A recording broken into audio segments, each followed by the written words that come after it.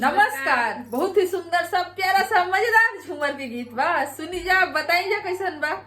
दुबारा गईनी राजा हम तोहरा घरे, दुबारा गईनी राजा हम तोहरा घरे, रोज रोज अम्मा तोहर खाना बनावावस, रोज रोज अम्मा तोहर खाना बनावावस। उबिया गईनी राजा हम तोहरा घरे, उबिया गईनी राजा हम तोहरा घरे, दुबारा गईनी राजा हम तोहरा घरे, दुबारा गईनी राजा हम तोहरा घरे।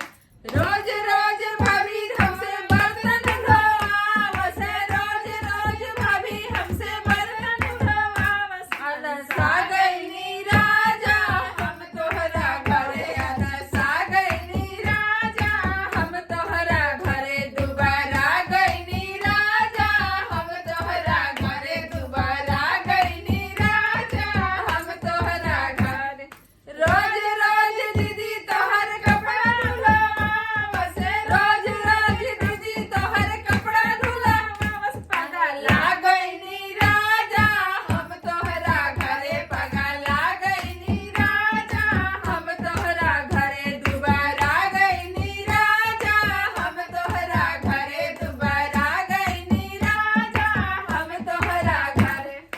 धन्यवाद। गाना अच्छा लगे तो वीडियो के लाइक करी जा, शेयर करी जा, चैनल पर नया बन जाता सब्सक्राइब करी जा, फेसबुक पेज के भी फॉलो करी जा। धन्यवाद।